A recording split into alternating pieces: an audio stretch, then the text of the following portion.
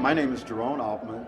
I am the director of the Exodus Drum and Bugle Corps. One of the greatest things that I found was that music is always an encouragement and uplifting, and it gives the kids a chance to do great things in the community.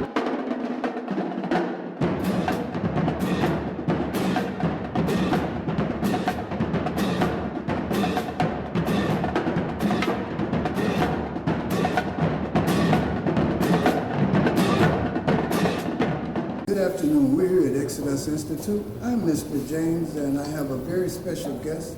This afternoon, I have Miss Athena. She's from the bank, and they're going to be working with us over here at Exodus, and they're developing over at the bank, and she's going to explain exactly what they're doing over here with this landmark that we happen to have in our community, and how they're going to go forward with it, and how they're going to assist us while we're here to help our youth in the community.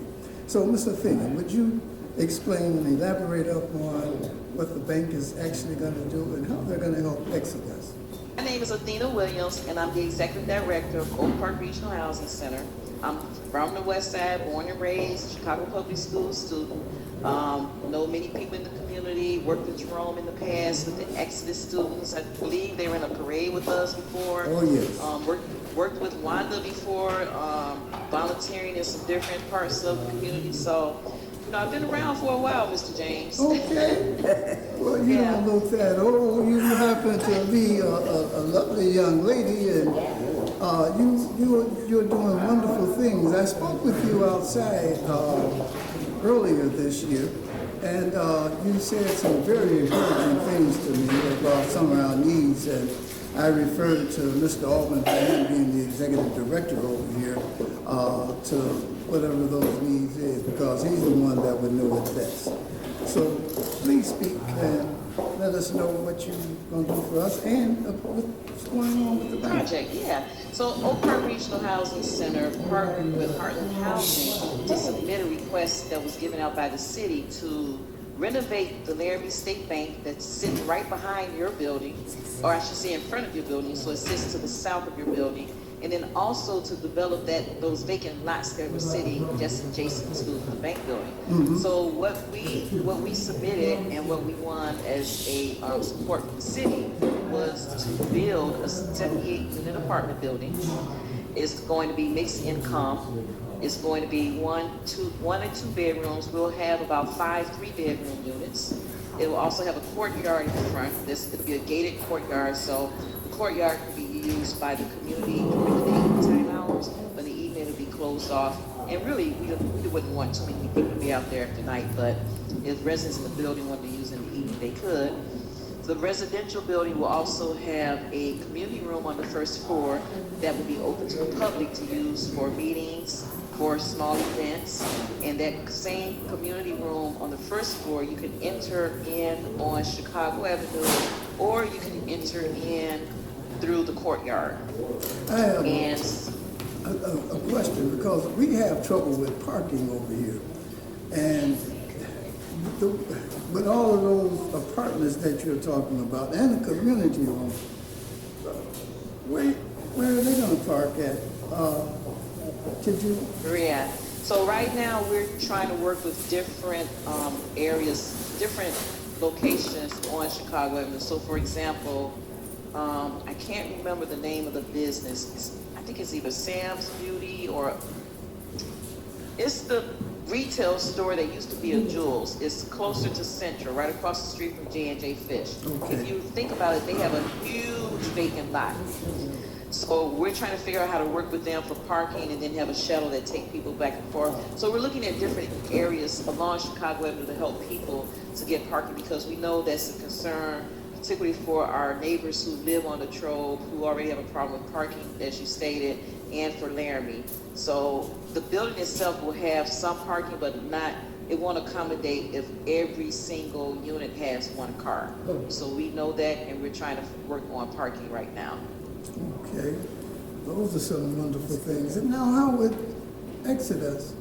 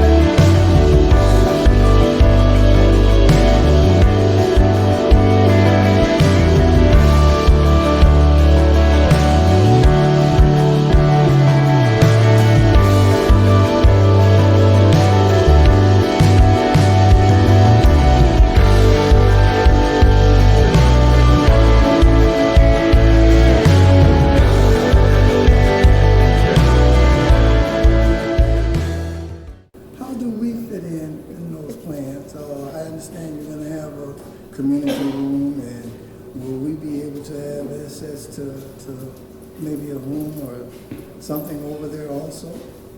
I was hoping we could have access to one of your rooms. Your building is as big as ours. Oh, okay, well, well, that's where we have to share things in the community. That's what we're supposed to do.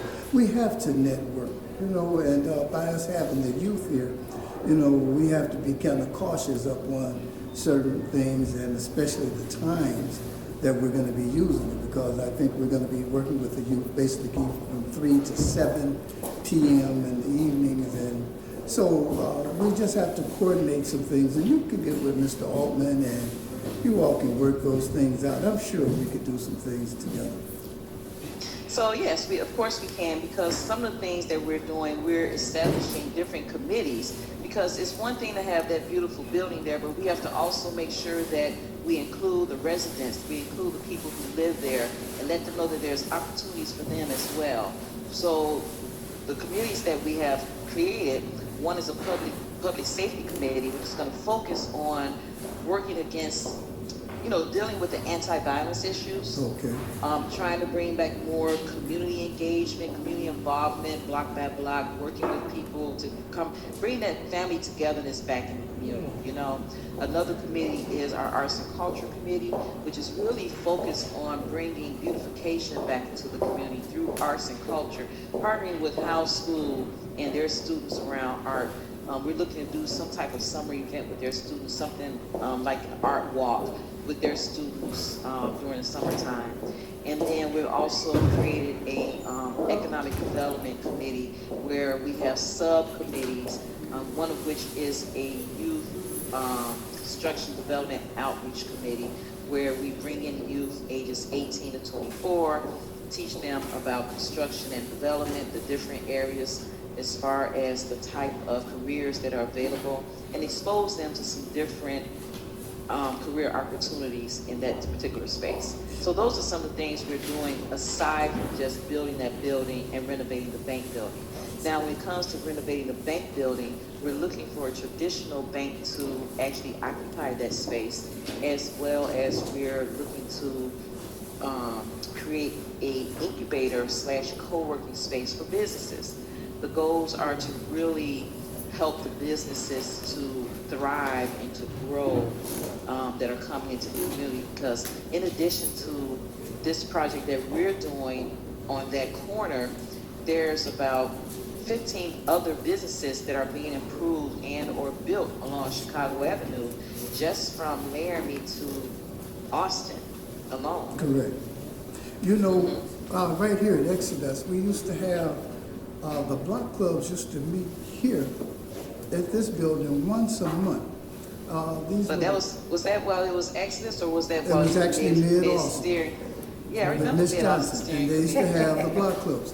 But during the coronavirus, because we were getting it back with the presidents of these block clubs, but the coronavirus kind of had people afraid to come out to do and to network things. It's kind of clearing up now. Maybe we can get back to those things so that we can have some input from the community in the project that you're doing, and maybe we can come up with some of these vacant lots around here to add some additional parking or to beautify the community and get rid of some of the rocks and the bottles and different things that's in these vacant lots that we happen to have in our community. So we're going to work with these block club presidents to try to get the people to come out so that they can have a little input, and maybe they have some things that they want to do on their block, that maybe open up a small lot or something for some of the community people when you're having community meetings over there, or we're having them over here. We really need some parking in this area, and it's going to be congested. Well, because I'm sure you know that we're not the only residential building that's coming on Chicago. There's a couple of more residential developments that are coming along. So, you know, we are really concerned and working very hard to get additional parking in the area. Now, I like the idea that if you're still engaged with the block clubs, if there's a way that we can bring the block club leaders in within the next week or two to have a face-to-face conversation about the development of the bank building. We would like to recruit more people from the community to join our committees because we really value our community residents and their input and their input as well as them receiving information firsthand. They should receive information firsthand for us versus hearsay. So do you have a date that you would like for them to come in? Maybe we can arrange that meeting here at Exodus? And, Well, I think a Saturday morning would probably be good. What do you think? that sounds good to me. We should check with Mr. Altman and make sure. I know one of the lead presidents on the Latrobe Block Club. I think he was in the 900 block. I think he was shot over the summer at That's Andre Davis, right? Yes, and he was the president of all of the blocks, and we would have to see how he's doing and get in contact with him and then get the information out to those block clubs. But I'm pretty sure Mr. Altman and my staff, they'll be able to get all of that information out, and we'll set it up on a Saturday. By it being Thanksgiving, and we got a very big event coming up, a fundraiser ourselves, coming up on the 20th. I'm pretty sure Mr. Altman invited you out. But we're gonna try to do this a little bit, maybe December the 3rd or something. I think that's a Saturday. Let me check. Yes, that is a Saturday. Okay, well, maybe we could have that arranged by December the 3rd, maybe at 10 o'clock in the morning, maybe we can do that here. Okay, that'd be great. Let me know. Okay, so Mr. Altman, did you get that information about the block? So he's agreed to try to set that up with all with the block clubs, and so that we could have that here. We'll try either him or you, we can get the flyers out to the community also, and maybe some of the businesses around in the area would like to come and join in, especially the ones that you were saying. I think where the Cook County Sheriff's Department, I think that building down there, we need to have a representative from that building down here at that meeting also. So we got some good things that's coming up and some good coming up in the neighborhood. And by it being coming up on the Christmas time of the year, maybe we can get together and we can bring a little jingle to some of the children here at Exodus and the community also. So you get with Mr. Altman and set those things up, and it's so wonderful that you came out with us today. And if you have anything else you'd like to say, please. They're giving me something. They're begging me to ask. Do you have a computer program? Did you have a computer program on Madison Street? No, No? Okay. no. All right. And I want to thank them for asking that question, because we really need some computers over here. We're expecting these youth, and we got some seniors like myself. I just got a cell phone. I've had it for about a year, and I need a little help because I be doing that stuff they call texting, and I be messing up on the text. I was supposed to put up there, "Are you a bad grandma?" And it came out, "You bar grandma." I'm kind of bad with the type, and I need some help on how to do that. And there's a lot of seniors like that. We're frightened of this new technology that they happen to have. Plus, the little babies, they come in and they can take your phone and lock it and do different things, and you don't know how to get in there and correct it. And we need some assistance and some funding. Mr. Altman has a wonderful program coming up this weekend on a beautiful Sunday, where we're going to be awarding some of the people from the neighborhood and the community and all over this glorious city. And there's also a fundraiser for Exodus. And once Is this coming Sunday? it's this coming Sunday, and Mr. Altman will he'll text you all of that information, because I had to write a note to you. 'cause I don't do all that stuff. But it's wonderful that you came out with us today, and you're looking so lovely and everything, and I'm just proud that you're over there working with that bank and that community and taking care of your community, and you're from the West Side. Thank you and God From the bless. west side. Thank you so much for having me. Thank you. I appreciate it. Okay, thanks. Oh, you want to take questions? Oh, yeah, I can take questions. Yeah, that'd be great. I'm a guy in the community. My name is Mr. Brown. I'm an activist, and I'm against addiction. So my job is to tell on the disease of addiction and how it's impacting the community over in this Austin area. And I understand and I see how the influx of the immigrants that's coming from El Salvador, Guatemala, and all these different entities, and how they coming in and they seizing and buying up all these properties and things around there.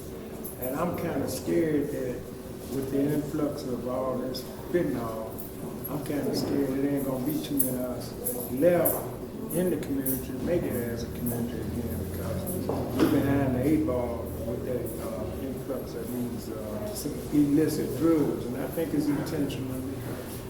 But we over here at Exodus, we implement programs such as recovery. We're dealing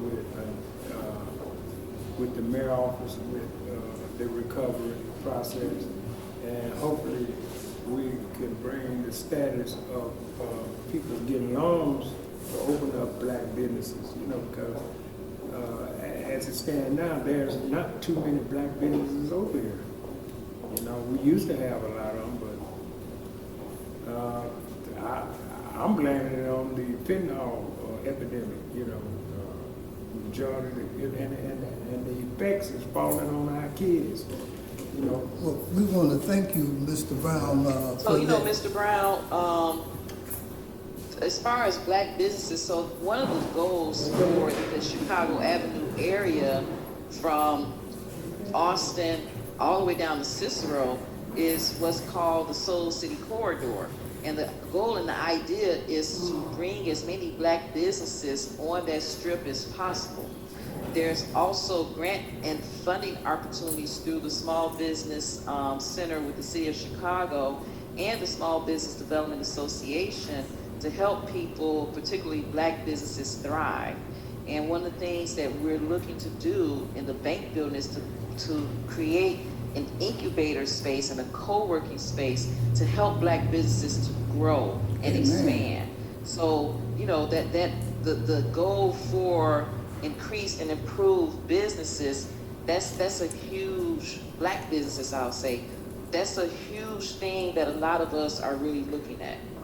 And that's really a big project or a big part of the renovation of the Laramie State Bank that we're working on. And so I just wanted to share that part with you. And I'm glad to hear that Exodus and your teams are working on, outreach against addiction.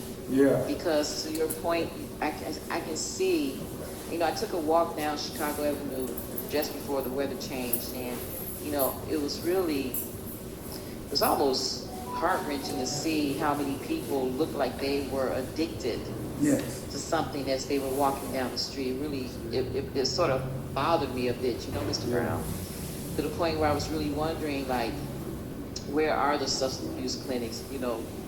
Do we need to put one on Chicago Avenue? What's really going out there? And I'm guessing,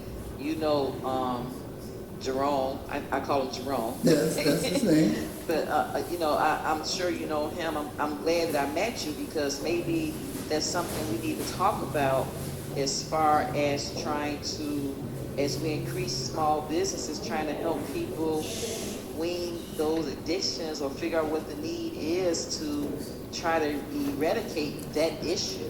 Yeah, because over here in the Austin area, Dollar General and Dollar Store, some of them don't allow nothing but 5 people to come in their stores at a time because they're stealing so much. And then look at Whole Foods left from out the black neighborhood, Whole Foods, because they won't say it, but it was due to the fact of the thefts. You know, so it's at epidemic proportion, because I, as an individual, I'm an entrepreneur, businessman, and I have mighty brown hatters. I'm doing hats and caps, and I'm doing coats and clothes.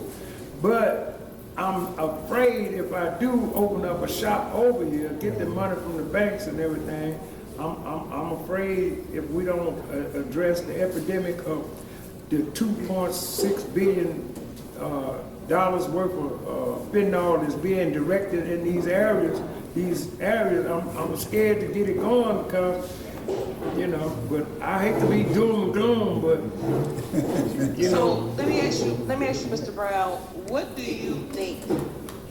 And I'll just be blatantly honest. Dealing with addiction is not my area of expertise. I've never had to deal with that. So since you're speaking about it and you're trying to address it, what do you think needs to happen to help people eradicate that issue? Yeah, it's simple. You know, we have to start practicing group economics, you know, and stop looking at it like the Aryan nation does. They just single out a certain race to certain peoples to succeed, and then they put it on us like we shouldn't succeed because of the Aryan philosophy. We're gonna I think, get back with you. Owens, and I'm a senior citizen in this area, and I noticed they were going to be building, they said they were going to be building homes and renovating some of the spaces here, as well as putting up the housing next door to the center. And I was Were wondering... you at the meeting yesterday? No, I wasn't at the meeting yesterday. I didn't get a chance to hear. I'm trying to listen for more of the availability of what type of apartments there'll be, if it's bedrooms for single family, or more than one bedroom, you know, type of thing for the people that's in this area, because I've got a lot of people asking me about it, as well as myself, trying to get ready to go into senior citizen housing and things of that nature. So how will that affect and then will it be affordable? I mean, or is it like condos or something that's out of our range? Is it affordable housing? Because they're building up a lot of housing from I guess from Holman or Kinsey area all the way back to the Austin area. So are we going to have more condos in the area where we're priced out of the areas that we're in? Or are they going to be affordable housing or stuff that senior citizens can come in? Are they going to be 1 or 2 bedroom or 3 bedroom apartments for some of the people that's out here that's looking for a housing or a place to stay? Right. So the development that I'm a part of right there in the corner of Laramie, Chicago Avenue, the 78 units, those are all rental, and it's mixed income. But the rents will start, so it's 1 bedrooms, 2 bedrooms, and there'll be exactly 5 3-bedrooms, okay? And the rents will start, and I have a chart. I don't want to misquote because I don't have it in front of me. But what I will do, Mr. Owens, Owens. I will bring some brochures to Jerome that he can keep there at the center so that people can be aware and have that information firsthand. Is there a But I waiting? can tell you that it's going. Go ahead. I'm sorry. Go ahead. Oh. I was going to ask if there's a waiting list or something like that they have to participate in, or something like that, or a lottery. Those are a couple of questions, but you can continue. I was just interested in that myself. Yeah, so the waiting list is not open yet. There will be a list and an application process. And again, it is affordable, so half the building will be affordable, the other half will be market rate, but the market rate isn't really that high either. So what I'll do is I'll make sure that there are brochures along with the rent charts over at the Exodus Center, and that way people can have first-hand information. And Jerome will also have the first-hand information as to when the application process starts. Hello. Hi, how are you? I'm good. My name is Patricia Easley, and I'm a resident of this area. My family has been over here for approximately 50 years. And I have, yes ma'am, I'm deeply enriched in this 37th ward. But when I heard that we were getting 78 rental units on Chicago Avenue, that was very troubling to me.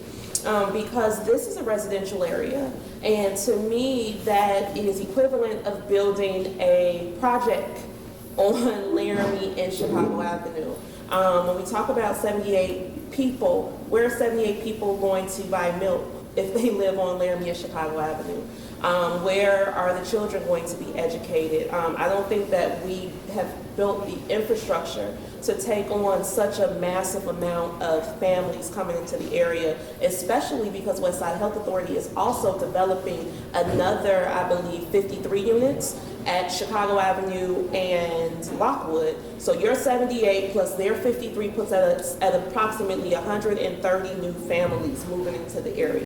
But again, we don't have the infrastructure to meet that. If we were to go to Food for Less right now on North Avenue and Cicero, the line is to the meat, okay? So we can't even accommodate what we have here, and yet we're going to be adding a bunch of renters. I mean, nothing against renters, everyone has the right to live, but when we are a residential area of homeowners, and we know what happens when we move in a bunch of renters to an area that they are not economically invested in. So what are you all doing to help the homeowners over here kind of take on this burden? Because it sounds great, we're gonna do housing, we're gonna do development, but for people like me, that sounds like people still in my flower pots, like when they tore down Rockwell Gardens. That sounds like people, we stopped hanging our clothes on the line after they tore down the buildings because people were jumping the gate and stealing the clothes off the line. I know this might sound very classist, but we have to have a very real conversation about what exactly is about to take place here. I understand. So, and you're right. So there are a lot of new developments happening on Chicago Avenue. In addition to our 78, and I thought that the Clark building was only going to be about 24 units. I could be wrong. It's many more than 24. I do know that there's another development coming further down the street in the 58th block. There's going to be another 36 units. But with that said, so when it comes to groceries, you are aware that there's a grocery store coming on Chicago, right? Oh yes, ma'am, I am very aware. I am deeply entrenched in the Austin community, so I am aware of what's coming. However, even if we were to put that grocery store on Chicago Avenue and Waller at the old Salvation Army, once we put that there, again, we're dealing with an influx of 130 families. You know, that takes multiple... Right, voila, and then we don't even know who's coming here, right? So then that we just have, I don't think that the capacity, in theory, the program sounds very strong, and we want, again, to increase affordable housing. But again, if we look at this from a homeowner perspective, we barely have the capacity to maintain ourselves as we currently exist. So what type of infrastructure are you guys going to put in place for us to absorb them? So in addition to, so I don't know if you heard when I mentioned the different committees that we were setting up. So the Economic Development Committee I mentioned has subcommittees. One of the subcommittees is housing and home ownership. So the goal for the renters in our 78-unit building is when they come in, they have to go through a rental counseling program. Even though they're going to go through an application process, they have to go through a rental counseling program. The building is going to be 6 stories high. Each floor will have a floor captain that will work with the families on those floors to make sure that they are civically minded, civically engaged, and engaged with the community. So it's almost like a block club for each floor. So those are some of the things we're doing internally. Because our agency, Oak Park Regional Housing Center, focuses on home ownership, we are also engaging each resident around financial education and opportunities for home ownership should they choose to move into home ownership. Because the goal for us is to, as you stated, Ms. Easley, the fact that people become more vested when they own something in the community. So the goal is to help those renters become homeowners if they so choose. And if they're not homeowners, to get them to become more civically engaged in the community, to become part of the local school council or join a committee at the school that's in the area where their kids will attend. A lot of it has to do with making sure people are educated, counseled, supported with resources in the community, and our agency is here to do that with the tenants. You know, we're gonna have to maybe invite the Westside Health Authority out that day also, when we invite the block club and the community, because you see there's going to be questions from everybody because the community need to know and be made aware.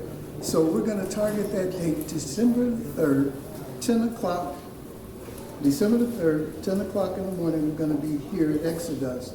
And both the bank and the Westside Health Authority should be here to answer those questions that our community have to have. Yeah, because I just don't think that it's fair. And I'm looking in the camera to say this. I do not think that it's fair that the Austin community has to absorb 78 units of rental housing when Oak Park has never done that for their own village. This type of concept does not exist west of Austin Boulevard. So for this to be, wait, hold on, ma'am. Wait. I just want to say, wait. No, I know that you could be doing it, but again, you wouldn't go put this unit in Oak Park, and you wouldn't drop it in the middle of Oak Park. I live in Austin. I was born and raised on the west side. So for those of you who may not know, my father was Mr. Green of Green's Barbecue. We are 5 generations strong family business on the west side. Good barbecue. Unfortunately, it died when he died, okay? But I am from the west side just because I work for Oak Park Regional Housing Center. Please don't throw down my... Oh, no, ma'am, I'm not doing that. This is not a slight towards you. This is about Oak Park.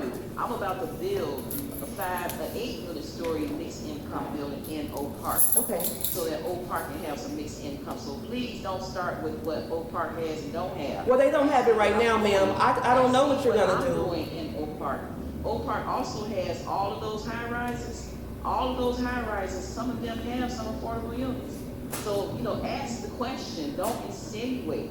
It's a lot of high rises in Oak Park, and some of them have affordable units. That's all I have to say. Yes, ma'am. So- Wait, I want to come back to that because I didn't insinuate anything. I'm going by the knowledge that is publicly known. Now, you've just let us know that you're going to be building those units out there, and we appreciate that. But before this moment, we had no clue that was happening. And the fact that even if those units out there do have mixed income, on Chicago Avenue and Laramie, they're not going to command the same rents as they would west of Austin. So a mixed income building west of Austin looks very different than what's east of Austin, ma'am. Don't be offensive. You don't have to be defensive. That's one of the times. Yeah. Oak Park's area median income is $95,000 a year. Austin's area median income is $35,000 a year. Correct. So you can't command the same type of rents. So the rents in Austin are not going to be similar to the rents. It's apples and oranges. It's not similar. So why? But you brought that up as a parallel. Well, Let's see what the rent thing is. And all Yeah. that. Well, because this is a place where we're going to be it's a spiritual principle that we're going to have.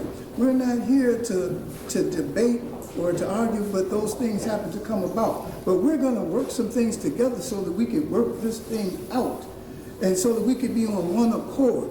And we're going to do it with peace and love and harmony. And we're going to be that way here at Exodus on December the 3rd at 10 o'clock, where the community can speak and get their opinions out. And we're going to be respectable and honest about what we say and share. And God bless you for coming out and taking these questions and being with us today. And that's not a problem. I just want to clear up this whole issue about Oak Park because it seems to be an ongoing question or concern. I understand how Austin feels about Oak Park, being born and raised on the west side, being that product whose parents went to Oak Park every weekend to shop, to go to a movie, to do all those things.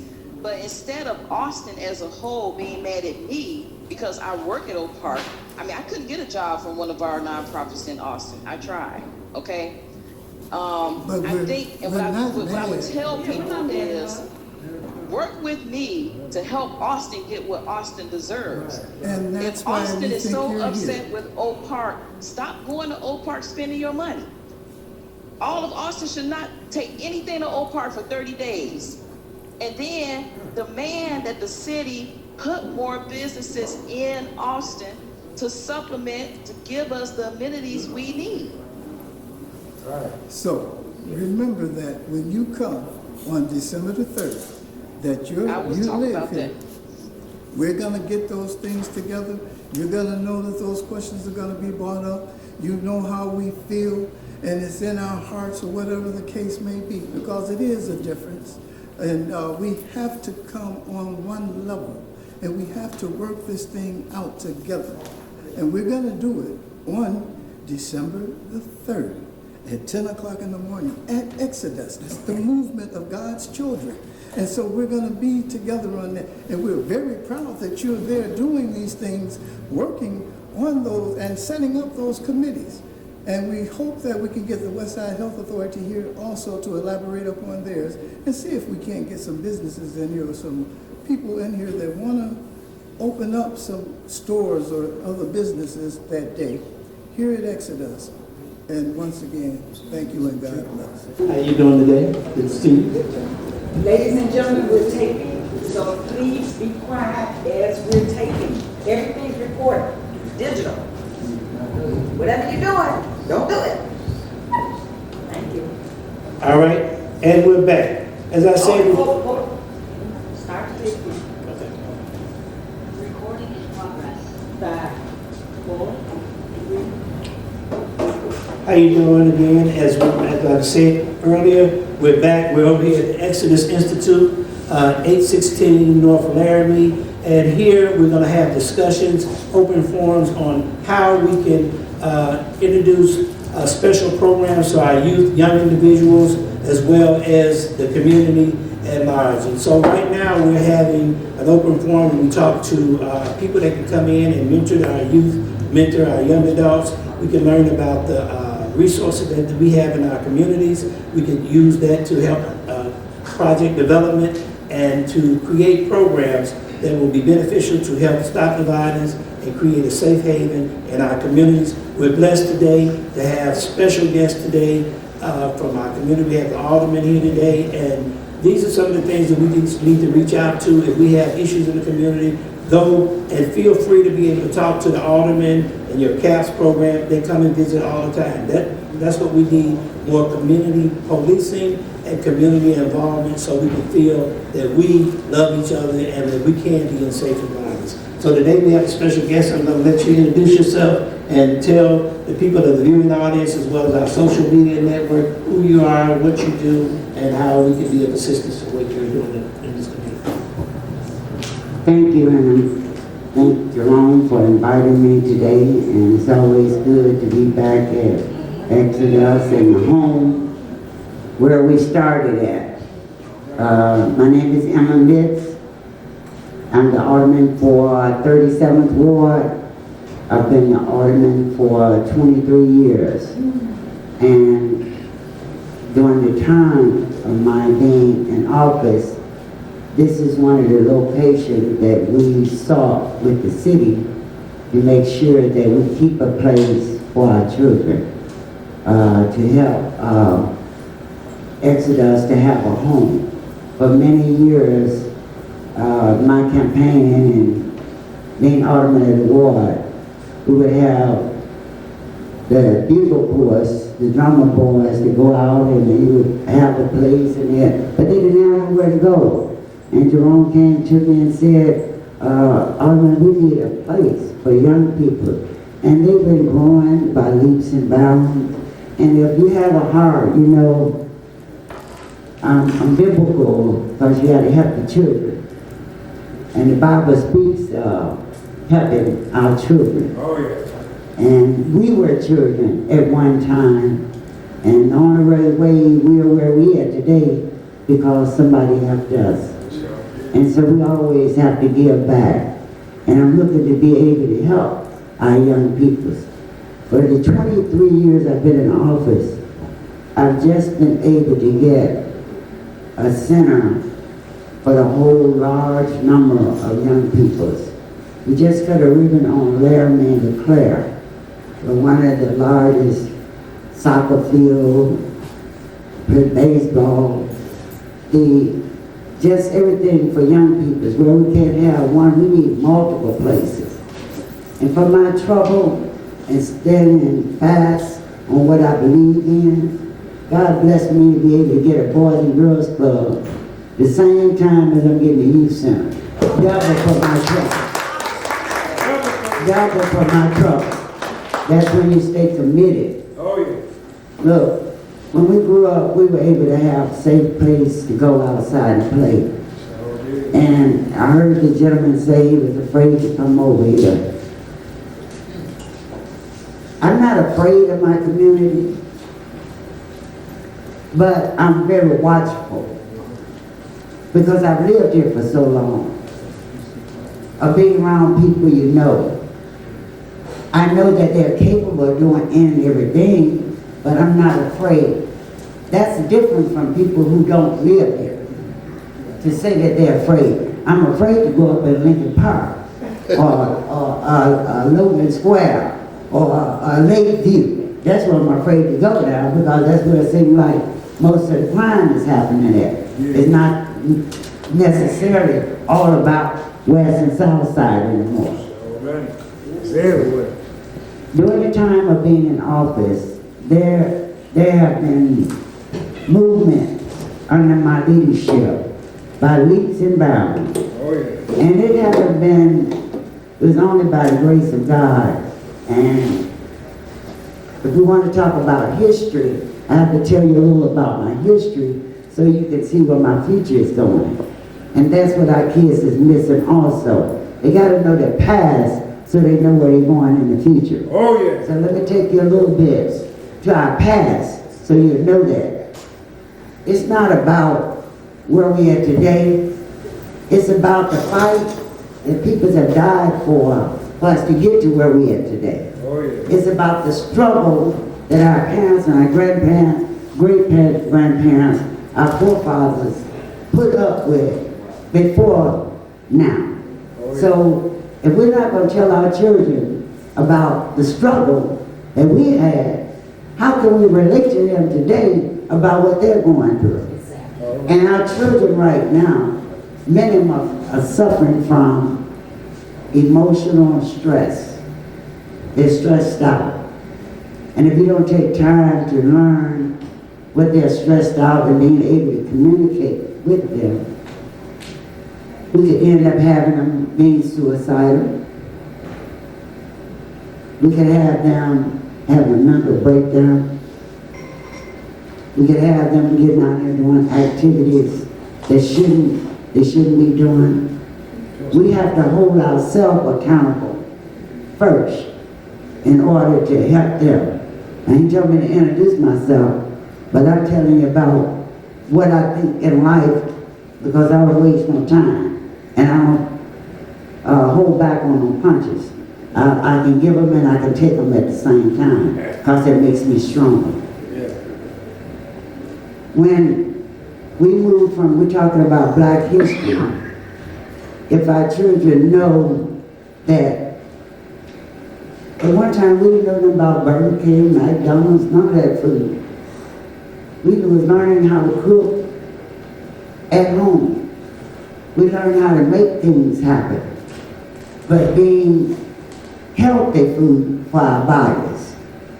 We learned how to drink Kool-Aid and water, not pop. That's right. Right. Not energy drinks. We have to look at water being the substance for the body. And our children say, I don't like no water. But what do you do to make sure that your child doing the right thing for their health? Because if they don't drink water, then you're going to pay for it later on in life. Let me just say, through the work just during the pandemic, I'll bring it forward. Last 4 years, while we were locked down, I wasn't able to move around, none of us was, but I was able to work the computers, and I was able to get on Zoom meetings, and we finished up our Joint Public Safety Training Academy, and then we put our Boys and Girls Club next to the academy. Let me tell you, we talk about we don't like the police, but when do we, and I understand that, but our kids, those are good paying jobs, and when they come in our neighborhood, we need people looking like us. Why ain't nobody looking like us? Because our kids are not trying to go into that profession. And then we have everybody else around trying to protect us, and we act like we can't protect ourselves. See? So we want our children to be able to be what they can't see, which is why that Boys and Girls Club is right there next to the Public Safety Academy. They're gonna see the firemen, the paramedics, the policemen there, and going in and how they look, talking to them, interacting with them. Right. We want to change this mentality that all of them are bad because they're human beings just like you and I. And in every profession, you're going to find something wrong with it. And there's somebody who's not doing what they should do. Next to the Boys and Girls Club, we have 2 restaurants. Clover's, the hamburger place, come to the west side of Chicago. Clover's. You don't have to go to the suburbs, you don't have to go out south, you don't have to go into area, you can come in to get more hamburger in your own community. Butterburger. And then we can have a sit-down restaurant, a breakfast place, Peaches. Pizza. Peaches is currently over on the south side of Martin Luther King Drive on 35th Street. They're moving right here. These are 2 black-owned restaurants. That's great. 2 black-owned restaurants as we celebrate Black history. Now we're going to get the workforce to go in there with those. Oh, yeah. And we want the young people to be able to interact so that they can be able to learn how to be entrepreneurs themselves. And we have Amazon. Amazon is coming to the community, yes they are. In spite of what we've been heard. They built the facility on Division and Carson. The facility is there, but as we heard, Amazon is restructuring their whole program throughout the country. What they want to do now is to put in robots, so that they can do the heavy lifting things that people were complaining about when I talk about restructuring. And then we want to still hire 250 from the community to be able to work there. Those jobs started out at $17 or $18 an hour. After 3 months' time of working with Amazon, if you want to go get your college degree, they'll pay for you to go to college. All right. That's what young people say, education. Continue to get your education as long as you can get it free. And then we got Starbucks coming into the community. Also on North Avenue in Cicero, we have a Starbucks that's being built there, along with Five Below. I know you've been going to the suburbs and the brickyard, but Five Below will be right here in our neighborhood. So we can talk. And if you can see this building right here, I know you've heard of the Laramie State Bank. Yeah. Right here in front of us, where they're going to be able to put a museum in there, a blues club, or have a bank, and then have mixed-use housing, affordable and some affordable and affordable and mixed income, so that you can be able to keep our community low income. That's what I want. Yeah. Affordable and low income, so we can keep people in our neighborhood. And we have PCC Wellness Center up on Lake Street. They're expanding their facility so we can have more care where people won't have to go out in the neighborhood. They'll have it right in the neighborhood. And tomorrow I'll be cutting a ribbon on the healthcare facility in the 4700 block on Chicago Avenue. Where you see that's going to help it out, open their district. People who have mental illness case can go into that facility and get help, where we won't have to be looking for places to go. We have them in our community.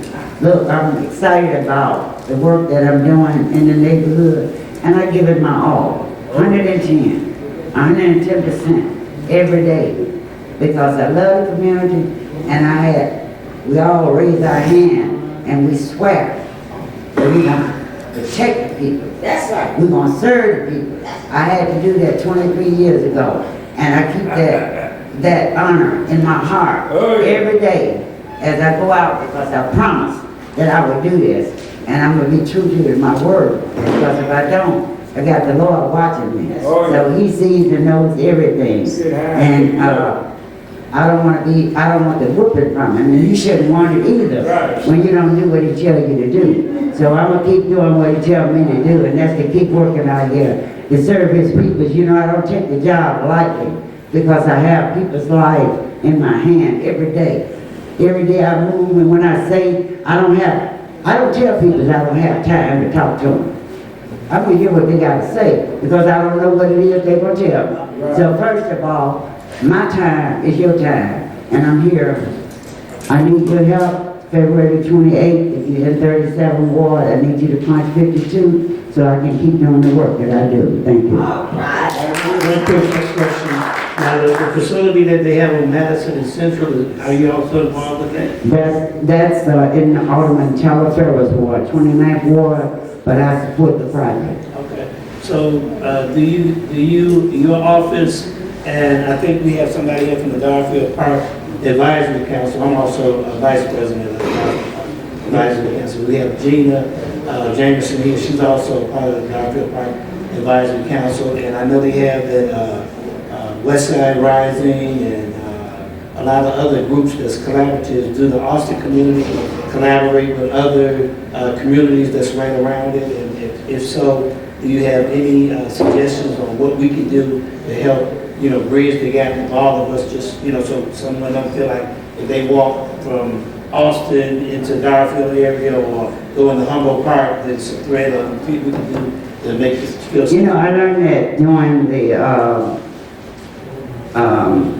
negotiating, working on the Public Safety Academy, that communities are separated, but peoples are not. Wards are separated, but peoples are not. And yes, we do need to collaborate. So in working with some of the groups in the Garfield Park area, the West Humboldt Park area, we are going to have to start building these relationships with Austin area. It's not about, it's the west side now, baby. It's all about the west side, I gotta tell you. It's the whole entire west side. It's not just about one ward anymore, because all our peoples are suffering. And if I don't help my brother over here, then I don't need him pushing back on me over here. We need to see how this God's world, this is enough for all of us. And we need to just try to put it together and make it happen. So I have started, because I service part of Humboldt Park area, Austin area, part of the Belmont Cragen area, I have to bring peoples together. In order for to do Chicago Avenue, and they're doing a development down Chicago Avenue. It's coming from Austin, it's going all the way to Keswick.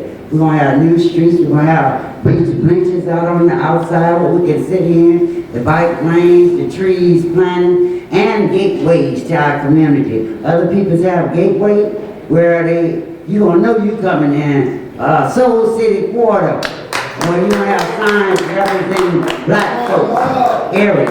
And that's what's coming to our neighborhood. City is working on it now, and if you see these flyers, you should go to some of the meetings and be a part of shaping what Chicago Avenue is going to look like in our community.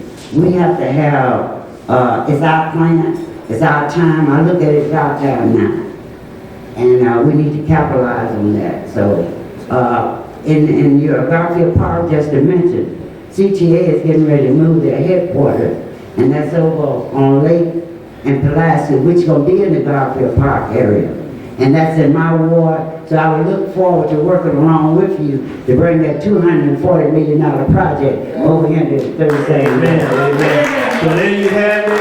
Right, as you can see, we have our own alderman of this ward. Tell them the board here again, and then Ward 37. That's 37. My name is Emma Mitz, 37th Ward Alderman. My office is located at 4924 West Chicago Avenue. My phone number is 773-379-0960. You can email me at emma.mitts, M-I-T-T-S, @citychicago.org. thank you very much, Emma Miss. We appreciate you coming down here, spending this time with us today. I don't know if we want to just start asking questions right now. You could probably ask some of them, because we have a lot of guests today, and you can either write or she's right here. You can talk to her. That's one of the good things about her coming down and talking to you personally, because she's right here where you can voice your opinion. And right now we're on the internet and other stuff, so certain things We may need idea, we don't know what's going on, but we're live right now, so if you have a question, your alderman is right here in your face. Awesome. All right, thank you, I really appreciate it. And can we have the next guest come up? Thank you, Mayor. Hi, we're here at Exodus Institute on Chicago's west side, 816 North Laramie, Chicago, Illinois. And we're proud to have this group here. We're here on Wednesdays, every Wednesday. We have different distinguished guests from the community to describe some of the things that they do. And we have the youth program where we're going to have some distinguished people speak. And we got the youth that will be on this program this afternoon. So right now, I'm going to introduce the guests that I happen to have on my left. We're starting before the youth portion of this come out.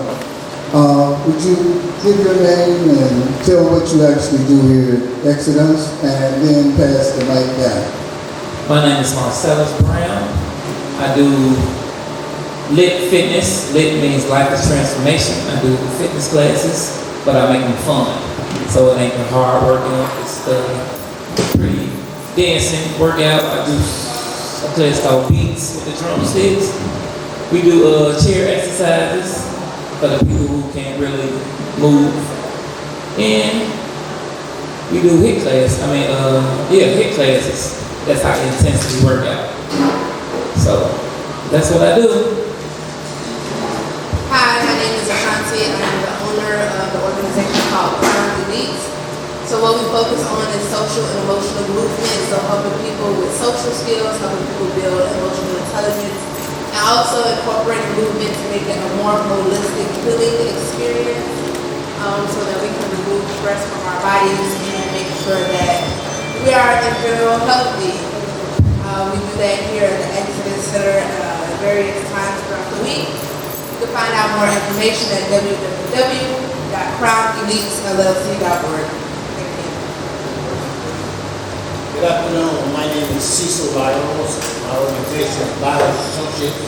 It's a non-profit organization which we do mentoring after school programs, and we help the churches in the community become successful. We've been in existence since 2003. We're looking forward to helping the Exodus Institute become part of them to help them to stabilize the community. Thank you. Yes, we're so glad that these guests are here with us this afternoon. And we want to give you a little information about what Exodus Institute is and how it got started. And the reason that it's named Exodus, we realize that Exodus is the second book of the Bible, but it has a very distinct gift that is given to us by God. Exodus was formed in January 25th, 1999 at Prince of Peace Baptist Church under the leadership of Reverend Upside. And we actually spread over to a few other churches, Covenant Chapel, to Gilwood Community, the True Story Church, the Truth Tabernacle, and also there was 10 churches. And all of these churches wanted the drum and bugle corps named after them. But back when the Cornish Drum and Bugle Corps started, Major Adams brought about 6 or 7 different groups together. And we would practice down at the Plumbers Union parking lot. And the first song that they played and they learned was actually Exodus, a song that was actually presented, and the theme for the drum corps at that time happened to be West Side Story. And the majority of us was from the projects and really didn't have anything, but the words in Exodus it says, this land, God gave this land to me. And so with all of these churches trying to get that name, they wanted named after their church. The divine world said, name it Exodus. And it's a greater Exodus that we happen to have, because it's also an Exodus out of the hood for the youth. And so we're here on this day. We're going to get to the youth portion just as soon as Chosen get a chance to come down, and he may do a little performance later. We may have some performances by a few other dads. I had to give that little brief history because there's a lot of people that don't quite know or understand what Exodus is. Mr. Altman named it Exodus Institute because there are so many different programs that we happen to have and that we need in our neighborhoods and our community. And it's been a blessing for us to have Exodus. And I'm trying to find out who our guests are over here. Are you going to speak on the panel today, gentlemen? We actually joined someone that may be speaking on the panel, not really sure. Okay, can I get the guests that's supposed to speak on the panel? Yep, they have to leave. Could you please come forward with the guests? I'm sorry, we weren't quite prepared, but we do have some guests that are going to speak just a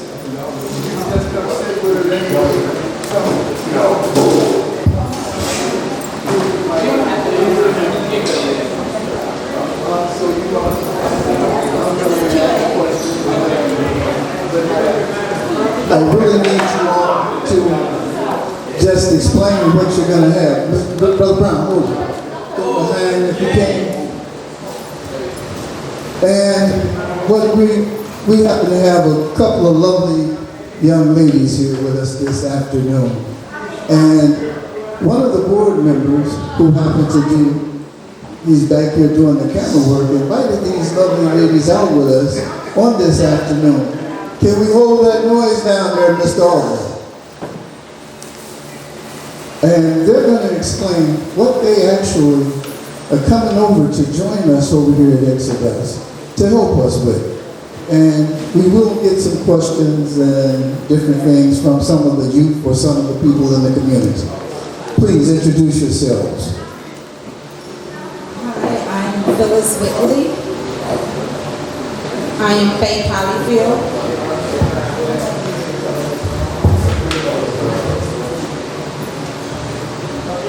Somebody gonna show Just tell them a little bit about what you're trying to do and what you want to do and bring to the Exodus. Well, I met George over the phone actually, and just learned of Exodus. And as I was talking to him, he was sharing with me a part of the vision that you had for the facility. And I began to share with him some ideas that possibly could be implemented as well. So a few things that came to mind was possibly a book club. I know we talk to our children about pursuing higher levels of education, going on to college, but guess where that starts? It starts in a book. And so I was thinking that a book club would be absolutely wonderful for the children of the community. I also talked to George about a handwriting class.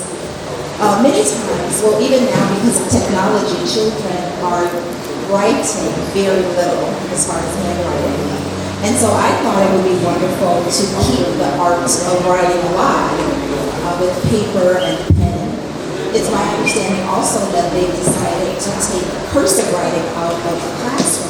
Well, that's very unfortunate, especially since the Constitution is in cursive. So I was thinking handwriting would be great for the children. And then that big topic that everyone loves to talk about, money. I thought a workshop on financial literacy would be great, and the children learning about money right from the get-go.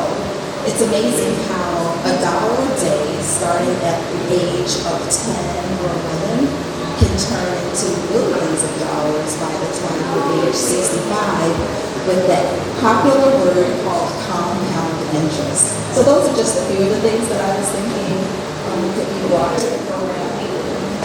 And we really appreciate what you're bringing and offering. I watched some of the youth that signed their checks. We told them, put your signature on this piece of paper here, and they printed it. And I don't know what happened in school. It's been over so many years since I've been to school. So whatever it is, they're no longer teaching that. But I think we need to know how to do that, because it's very important when we get ready to sign, especially if you're getting a big check. You need to have that signature up there and not printing that stuff.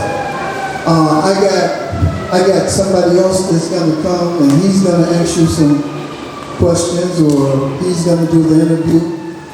I did the adult part.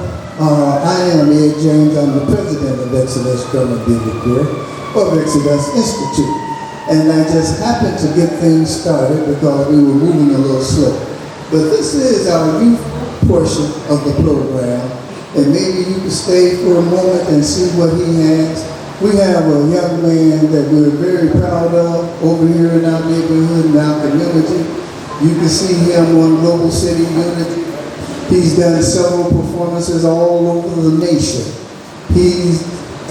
I'm going to let him speak for himself, and he's going to have a couple of guests join you two young ladies, and the youth portion will come and they're going to introduce themselves. But right now, ladies and gentlemen, I'm bringing Chosen One in to come and interview and take over for the old folk. Hey, how you doing? Hello, my name is Chosen. Nice to meet you, beautiful ladies here.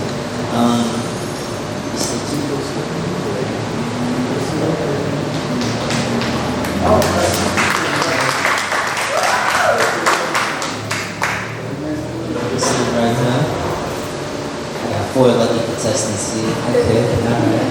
So, I'm gonna go down the line. You're gonna be first. I'm gonna be interviewing you first. So, you're gonna tell us what your name is, how old you are, where your long-term goals, and where your short-term goals. Okay? You got 4 questions. Alright, ready? Okay, here you go.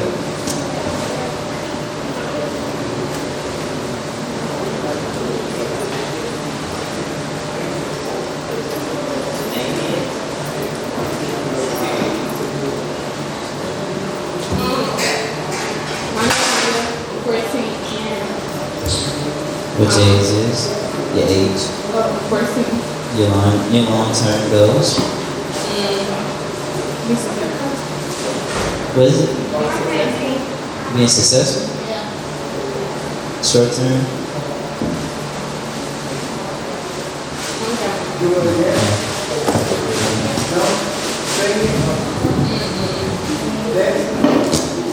Shooting dice? She haven't found it just yet. It's okay. It's okay. So what is your name? My name is Phyllis. Nice to meet you, Phyllis. And tell me something about yourself. I'm very interested. I came down late by accident because I was doing something else, but I want to get to know you. So tell me something else. I am presently a very excited grandmother. Yes, ma'am. I have 2 granddaughters that are 16 months and is almost 6 months. And then I have 2 granddaughters on the way in November, and they'll be about a week apart. So that's right. So it's exciting. Okay. All right. I love to hear that. So what are you doing now? Like, what's your career? What's like your job right now? Well, currently I am employed with Marriott Hotels, where I work in customer service. Yes. In addition to that, I'm into education, so I love working with students and watching things come alive and expose them to new things. I'm pleased to announce that I just finished working with an 80-year-old. Her one dream before she left Earth was to have a high school diploma.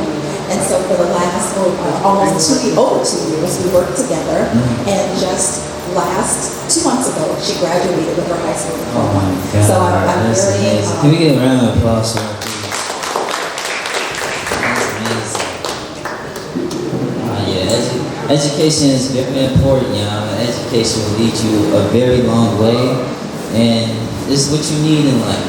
You know, this is your golden ticket. Thank you so much. Thank you. Now, I know this lady from anywhere. I know this pretty face right here. So, tell me your name, darling. I am Faith. Nice to meet you, Faith. And tell me what is like your career now? What's your job?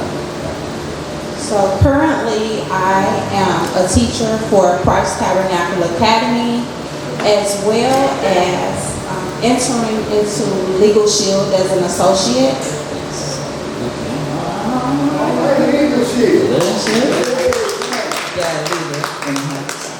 Okay, so answer this one question. Because usually adults ask the teenagers, the young kids, the young adults, what is their long-term goals? And you're never old enough to know what the long-term goals is. So what is your long-term goal? I'm glad you asked. What's the young lady name over here again? What's your name again? What's your Nia? Nia? Nia, there we go. Hi, Nia. I was looking at you as you said that you didn't know what you wanted to be. And I wanted to let you know that that's okay. So for me, right now, I am in the phase of figuring it out again because I had reached my level of success that I thought that I wanted. And when I got there, it wasn't what I wanted it to be. So I quit. And now I'm starting all over again. And it's okay that you don't know. So I would say short-term goals right now is figuring out exactly what that is, what that looks like, where I want to go, where I want to be. And long-term, I had an event space that I let go as of last year. So potentially finding a bigger space and reopening that as well. And even with the company that I'm a part of now, Legal Shield, is growing within that company and being able to be open and share what it is that we do to add value to it. Okay, all right, I love that. Can you get a round of applause for that, please? Thank you, Faith. Thank you so much. Okay, Mr. Notorious B.I.G. Denevion Smith. Okay, tell me, what's your name? Denevion Smith, right? So, how old are you? 15. 15, okay. So what is your long-term goals right now? I don't have To be famous?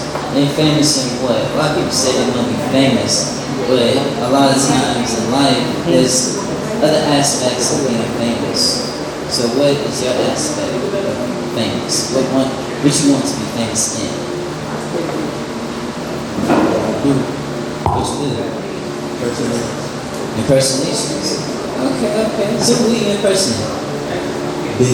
Biggie, Notorious B.I.G. You look just like him. That's good. So your short-term goal is to be famous doing impersonations of B.I.G. Do you think his ways can kind of soar you off into different types of, journeys as writing your own music, rapping your own songs, or, what you think? Yeah? Think so?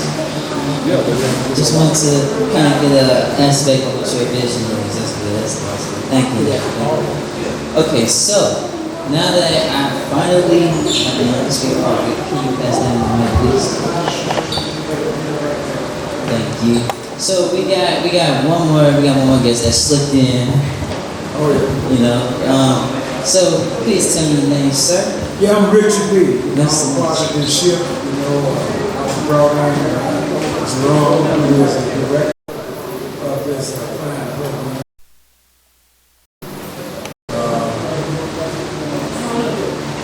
I bring to the table is hope. Test. Suffering with the disease of addiction. We talking about, this community is being flooded and alienated with opioids. Opioids is a bad problem in our community, not only in this community, but clean across the United States. You know, so what we do, we offer help. You know, it's a self-help program called Narcotics Anonymous. We deal with 12 steps of 12 traditions. And what we do, we identify what the problem is, and we have a safe haven for people to come over here I think, we have it on Sundays from 10 to 12. You know, so that's basically what I do. I let people know if alcohol and drugs is a problem in their life, there is a way out. You looking at a young man that people used to hate to see coming. You know, I didn't like myself because the way I looked and the way I smelled, that was apparent. You know, but thank God for change. You know, ever since I've been a part of Narcotics Anonymous, I have been clean going on 20 years. No cigarettes, 20 years. No mood, mind, altering substance, 20 years. So y'all looking at a man that's mighty grateful. So my attitude and my gratitude is high right now because Jerome and he understands that the community needs. And he understands the fight been going on way before we was born. You know, we can even look back in biblical days, you know, like when Pharaoh, Amen, got drowned in the Red Sea. You know, we can look at how God had brought us out. He brought us out instead of bringing us up and out. So I remember Obama, he had sung Amazing Grace. And when he sung that song, I thought about that song, that old Negro spiritual, Pharaoh's army got drowned in the Red Sea. See, what our leader, Obama, understood was that those who deny us humanity, they lose their own. See, they understood that those who deny the humanity of others, they loses their own. See, it's going on in the world right now. The power of Satan is being, that stronghold he got on this world is being diminished. People don't want to go back to the old landmark, you know, like the Russian president trying to do, bring back the Iron Curtain. And just like Donald Trump trying to do, bring back, yes sir, no sir, shuffling your feet, looking down at the ground, being deprived of basic human rights. The world is being purged, you know, and I'm glad that I'm a part of it. You know, it might seem like what I'm doing ain't that great, but it is, because people suffering here in the city of Chicago on them opioids. You know, right now, the meeting that we have on Sunday, this whole room be filled. I'm talking about the capacity. Because people crying out, coming in out the rain, they tired, you know, of being abused and abusing themselves. That self-imprisonment of addiction.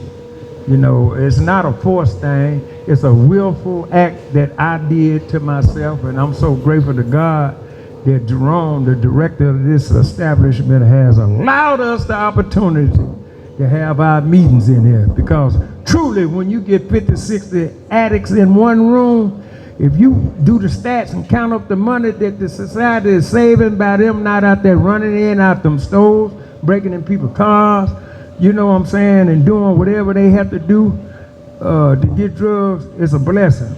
And look at these kids, the ones like me. I got a little daughter, she's 12 years old, and we just lost her mama last year, God bless her soul, you know, from addiction. You know, she had cirrhosis of the liver. See, and that's what's impacting our community. Our parents, I mean, you know, these kids are the ones really suffering. So the guys and the girls that Jerome has allowed us to have in here on Sundays is really a help to the community. Because we know if the pillar of the community is these little programs, and if they don't have the sufficient funds and the sufficient people to run them, the fabric of the country is going to be sick. And if you don't heal the fabric of the country, which is us, the so-called underclass, this world cannot function. See, you got to add heed. So that's what I'm doing. I'm adding heed. I'm bringing a service in with the help of God. See, I ain't confused, you know, because when Obama sung Amazing Grace, and when I heard that old Negro spiritual, we talking about how Pharaoh's army got drowned in the rice in the Red Sea. That let me know that can't nothing stop us. What we really got to start doing is practicing group economics, start buying businesses, cause what's the real problem with us is our inability to stick together is causing us all these problems. Everybody fail to realize united we stand, divided we fall. See, we've been systematically pushed in a corner where we won't trust each other. See, we got to get back to that old landmark. Love ye one another like Jesus and them said. See, we got to get back to that. See, because once we get away from sticking together and practicing group economics, we'll never have what we need to have. Yeah. Yes, sir. Thank you so much. Yes, sir. Yeah. We gotta do these things. All right. Got a special performance. But you can still got your show program that you're gonna do here and then cut it off after that. Yeah. Oh, okay. Yeah, and you know, I'm the minister of entertainment for this this group and for this facility. You know, so I'm gonna be putting together in the community acting classes. We're gonna do acting. We're gonna do comedians. We're gonna do gong shows. We're gonna do like they do up in New York at the Apollo Theater. We're gonna have a Sandman with a big old 12 gauge and break and run you up off the stage. So we want y'all to support us in that too, you know. So, you know, we're trying to make the community right, and we're so grateful for these sisters, cause hey, we need somebody that's like us to teach us what's going on, you know. And then when they took that writing out, and you know, these kids need to know how to write their name, and I appreciate you for teaching the kids, and I teach you for teaching. I mean, I thank you for teaching the kids too. So, without any hold up, we're gonna ask, what's my brother's name?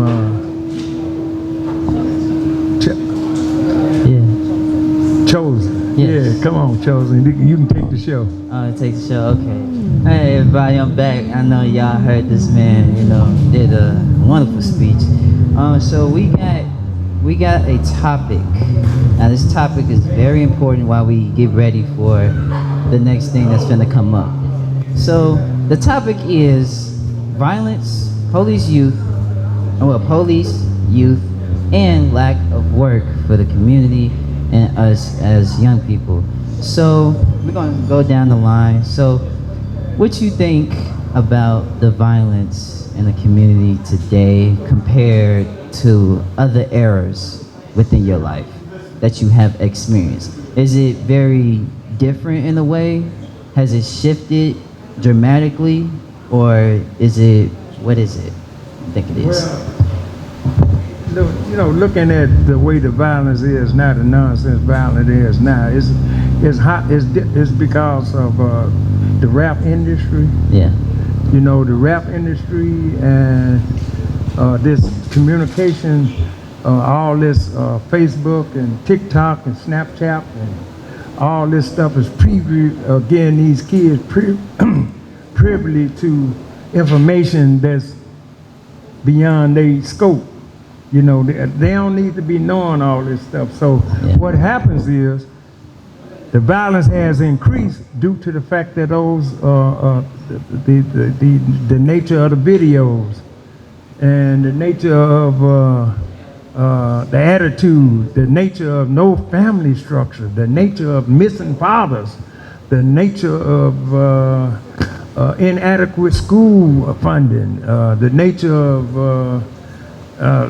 absentee books, and you know, so the violence is perpetrated because the kids see fun in laughing at other kids and to make fun, bullying. The country right now has got a lot of programs about bullying.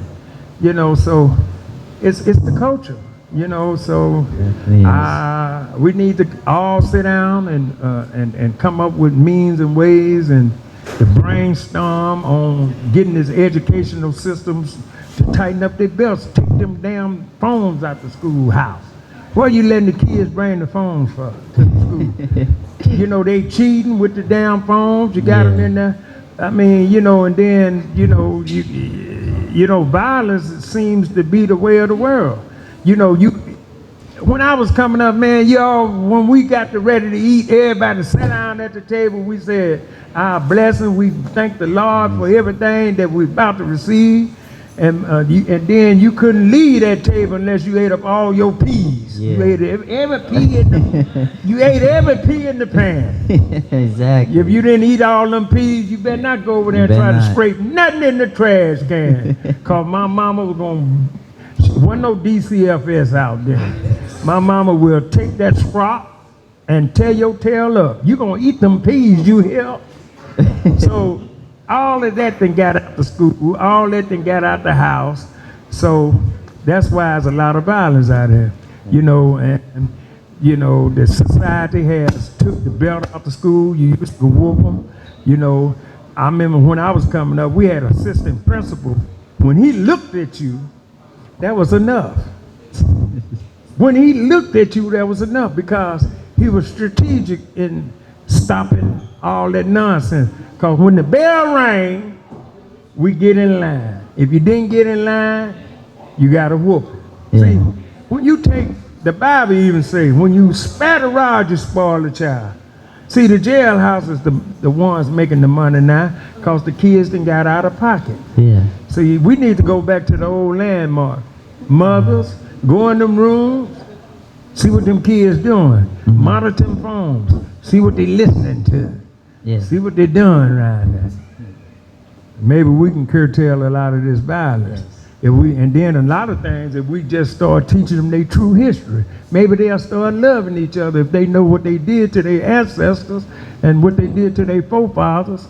If they get an eighth of that, I think if they quit teaching them, if they quit teaching them about George Washington ain't never told a lie, and Abraham Lincoln freed the slaves, and if they really know the real true history, maybe they'll start loving each other. Thank you, Mr. All right. Thank you so much. Okay, so all right. We're gonna give it to this beautiful lady right here. Go ahead, do some talking. Okay.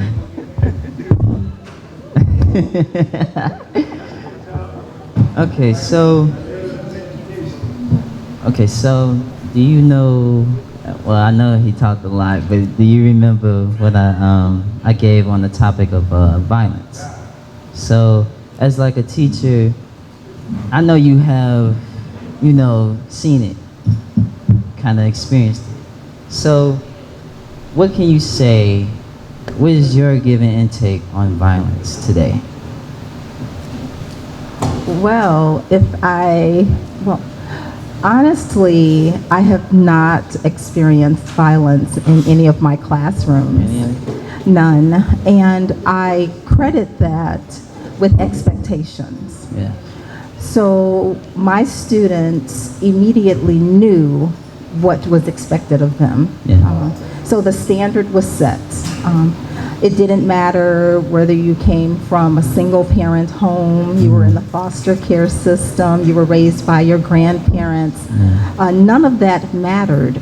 So there were standards set in place, expectations were there, and then there were no exceptions to the rules. So I can proudly say that violence is definitely a choice, and that we can remedy violence with expectations. What I witness is social media, the news outlets. What I notice is that they put a spotlight in our communities to highlight violence, when, if we're going to be honest, violence is taking place everywhere, all around us. the shooting, the killing, the drug overdose, the drug abuses, that is taking place in all communities. Yes. Unfortunately, it's highlighted in our community so much until we tend to think it's just about us, and it isn't. And so when I meet students, when I work with children, I just set a standard. There's a bar, and I know I hear a lot, oh, well, you have to come down to their level. Absolutely not. We do not have to come down because we've set a bar. So I think as adults, it's important that we set a bar, that we have standards, and that we have set expectations. Yes, Mr. Chosen, you can get through this life without being involved in violence. Yes, the children that come into this facility do not have to make the choice of violence, because the adults, the leaders in your lives, we expect more from you. We expect you to do what's right. We expect you to be obedient. We expect you to follow the rules of the law. And with those expectations in place, I expect the best for our children. You don't have to subject yourself to violence. Okay, thank you so much. Thank you. Can we get a round of applause for that, please? That was amazing. I guess she set the bar for that one right there. I like that. Okay, so Faith, now before you get into the topic of violence, I want you to pass the mic to these new guests right here. I'm gonna get back to you. Okay, tell me, what's your name, young man? I am Santaner Brown on behalf of Next Phase Financial Services, just to enlighten the people on the importance of credit and the difference of what credit is and how does it affect our everyday life. Okay, thank you. So with that being said, this is the owner, Laurie Parker of Next Phase Financial Service, who I am a member to represent with her. And just to inform the people, make sure that we're enlightened and understand that what credit is for those who don't know, and why do we need credit. Yeah. So these are some of the things that we offer at Next Phase Financial Services. Different levels of credit, personal credit, business credit. If you're looking to buy a house, if you're looking to buy that dream car, any and all of those things to get you situated, and that's what our business does. Okay. Thank you so much. Okay, tell me, what's your name, pretty lady? Hi, my name is Laurie Parker. I'm the owner of Next Phase Financial Services, and what we do is we educate the community on credit and why it's important, because everybody needs credit. You need credit to just about anything, a house, a car, take your dream vacation, just about everything. So that's what we do for the community. Yeah, credit is very important. Right? It's worth more than money. It is. It is. Trust me, I got $697. That's great. Money talks, but credit hold conversation. Yeah, it definitely does. Thank you so much. Yes. Okay, so I want you to pass the mic back to Faith. Thank you so much. So just to fill y'all guys in, we are talking about the topics and the issues of violence, police, youth, lack of work. So I want to fill y'all in just in case, so y'all can stimulate y'all mind on the next topic. So Faith, we're on the topic of violence. What is your perspective and intake on violence in not only, as she said, in our community, but every other community, all around the world, from different aspects? What you think? I have to say that I love everything that was said here, right? From what we're looking at, as far as watching on TV, hearing in our ear gates, playing on the video games, that all contributes, from the breakdown of the home to the standards not being set. And also, I'm going to add the fact that God is being unincluded. Yeah. we went from a generation of people who were in church to their children deciding that what they saw wasn't necessary. I believe my quote for this week or for the last 2 weeks is, God loves you and he wants a relationship with you. And it looks different to every one of us. My brother over here, he said, love your neighbor as you love yourself. But the first part of that says, love the Lord your God with all your heart, mind, and soul. And then the second part says, love your neighbor as yourself. So if we're loving God, and then we're loving ourselves, and then we're loving our neighbors as ourselves, there will be no violence. Correct? Yes. So that's my answer to what you had to say. Okay. She made, I love it, I love it, I love it. I love it. She made it plain, simple, that's what I love. That's what I love.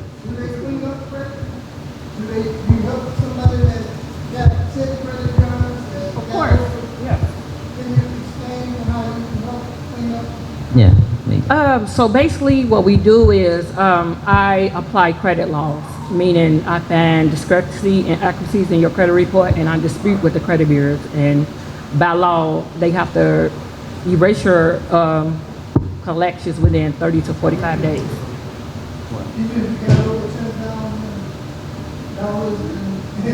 Yes, I have helped clients of mine on $100,000 and bankruptcies, repossessions, student loans. Everything could be erased off your credit. It's just a matter of me finding the inaccuracies in the credit report. So by law, you owe it. You still have to pay it, but it won't be on your credit report. So is that different than the bankruptcy? What you mean? But you usually know 10,000 or 100,000 more, you say it won't be on the credit report? Yes. When you do a bankruptcy, I want co-host. It will, but we have ways of getting it removed. I want to say no. Again, I have to find a discrepancy in a bankruptcy to have it removed. Yeah, and it varies. Yeah. There's a lot of us that kind of got in debt out here, we kind of use those cards. Yes. Basically, don't need things, don't get caught up in it. I'm glad you're here. You love the community. Yes. Possibly straight some of that out. We have some information, we need for our executive director, Mr. Alden. Okay. So if we can have people get in contact with you. Okay. Okay. Thank you so much, Mr. Ed, and it took a little bit of time away from me. Okay. So, back on the topic of violence, because I would definitely want to get past violence. Okay, so, you good? Okay, all right. So, what is your aspect and take, your vision, as in, what do you see within violence? In community, all across the world, or just what's next to you, like your neighborhood, or whatever? I don't think that violence is limited to any particular neighborhood or community. It's a thing that we battle everywhere. Yeah. And what I believe the issue is with the violence is that it's a lack of love for the newer generations. When that's why there's no respect of anything, because they haven't experienced that level of love to bring them in, to make them want to do something different. You know, parents, grandparents are young. Azan. Okay. It's like the scripture says that our people perish for a lack of knowledge, and I believe that a lot of them don't have the knowledge and the love to really understand the cycle of life, so they mimic what they hear, they mimic what they see, and they respond to that. They want to be like their friends. So the thing now trending is violence that make you to get a reputation or a name for themselves, so they just reacting. And actually, I just lost my son to violence. A lot of y'all might be familiar with, was on a CTA bus on Gladys and Pulaski last month. Yeah. You know, for violence, for just kids want to make a name for themselves just out here. And my whole thing to it is I believe that the root cause of it is the lack of love. That's my perception of it, because when you understand what love is and what love does, you react in a different way. But if nobody love me, why would I love you? Why am I gonna respect your grandmama? Ain't nobody respect me. I don't care about nothing. So I live my life lawless.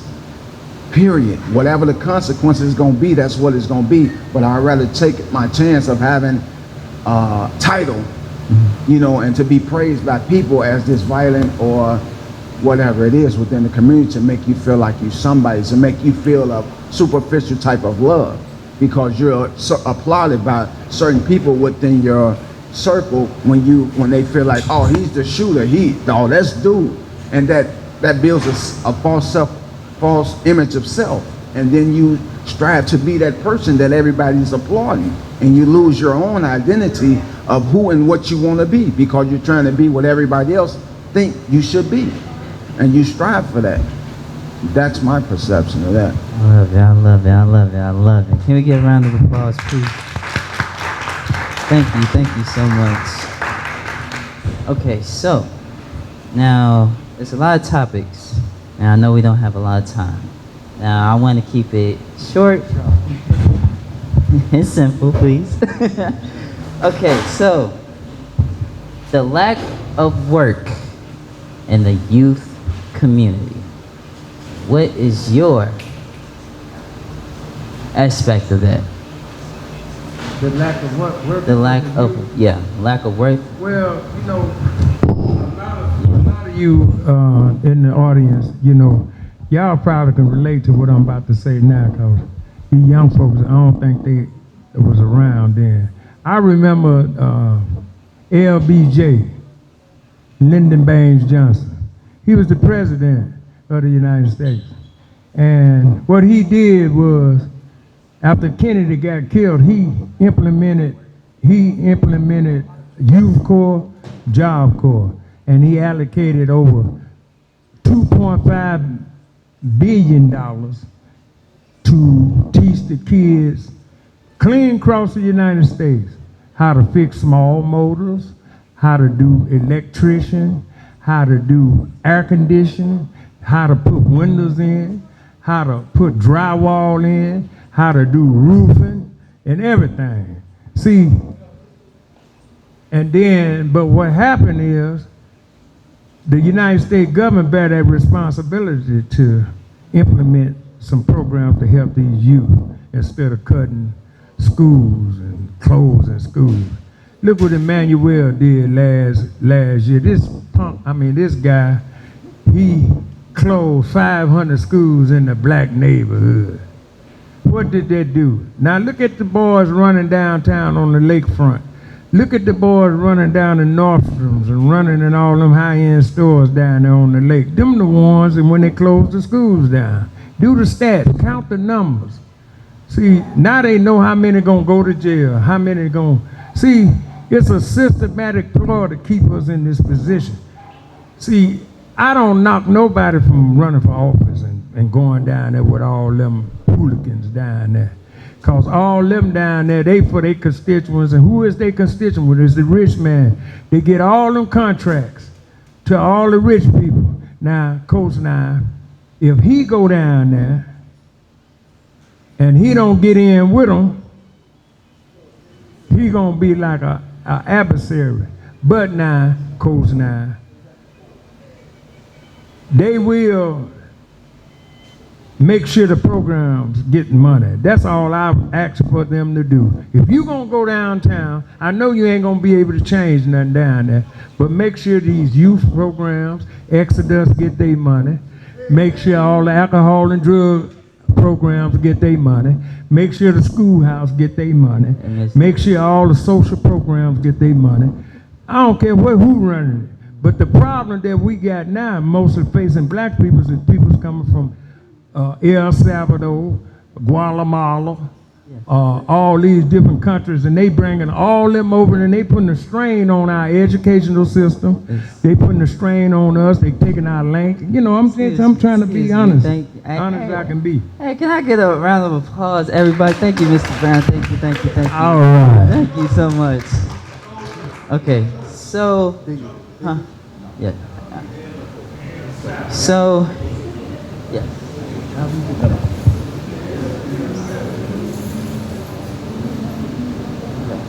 So now that Lisa, okay. So, well, we only have like 3 minutes left, and I know that y'all want to give y'all intake, but it's fine. And it's okay. I give you flowers and you spotlight. So, I know y'all didn't come here for nothing. So y'all actually have the spotlight right now. So, about the credit and everything else, can you please kind of give, how can I say, an informational aspect on why credit is important, how far it can lead you, and what dreams can it open for you? There you go. I am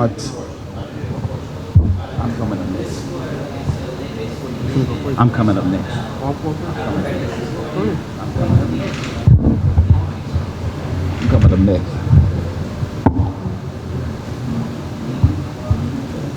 Okay, so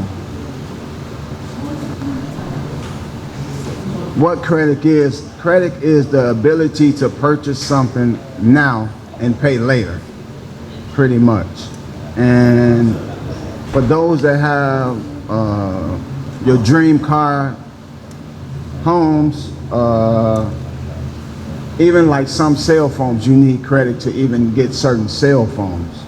And within our community, what I've witnessed a lot is no credit at all or low credit score. I am a prime example of having no credit, well, next to bad credit. I came from being incarcerated after 10 years and having no credit, and all while I was gone, everybody used my credit. So when I came out trying to establish myself as a responsible individual, society, I didn't have no opportunity because my credit score was shot.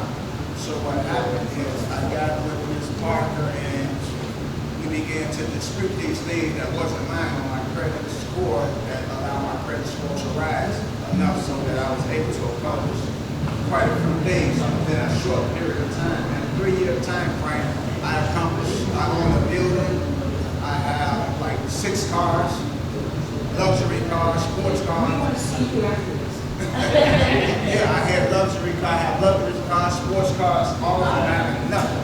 I came from nothing to something because this lady gave me the information I needed to get the things that I wanted.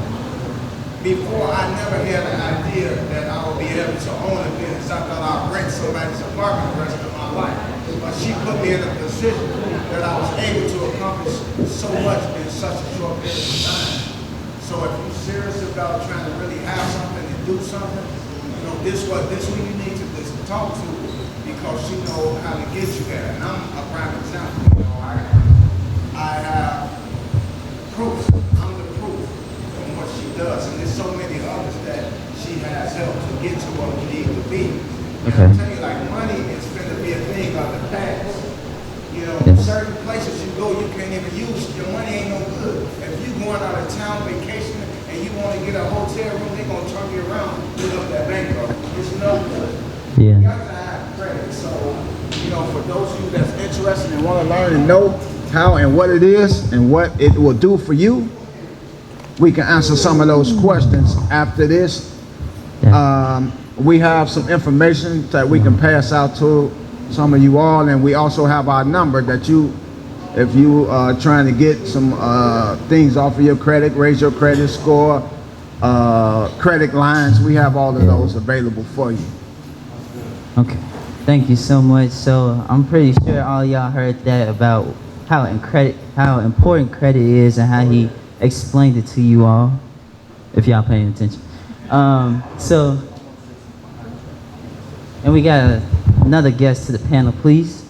Hi, my name is Christopher Hogan. I'm Director, CEO of Second Chance Community Organization in the Austin community since 2005. So we have, we help mentor and help direct and get directors like the young lady right here to help direct young men and young women and people of the community to establish themselves. And one of it is, credit, education, and that sort of thing.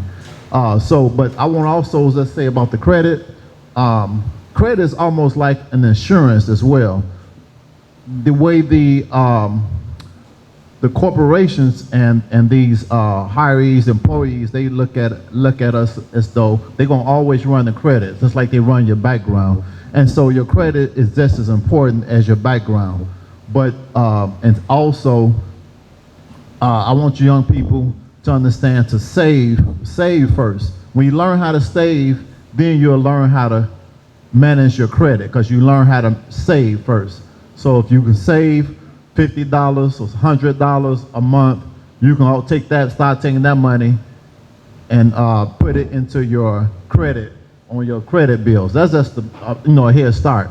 I don't want to take nothing from you, but just kind of adding on, So like the young man said, I really appreciate your influence, what you said, how you got started, and what it can bring, the advantages that you can bring and the head starts.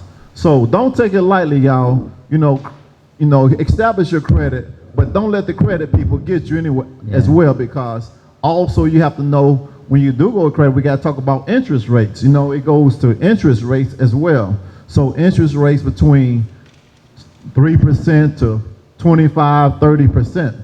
So always be aware of your interest rate, because when you don't have any credit, the interest rates are high. Starts are very high, 14%, 21%, 24%.